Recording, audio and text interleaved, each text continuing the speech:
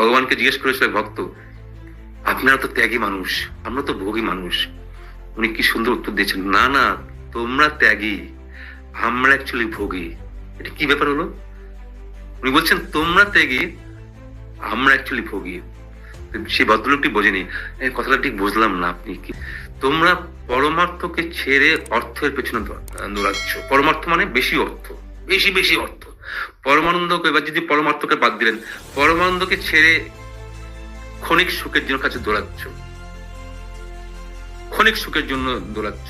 তাহলে তুমি তো বেশিটা ছেড়ে তো কমে দৌড়াচ্ছ, তাহলে তোমরা তো ত্যাগী হয়ে গেছো।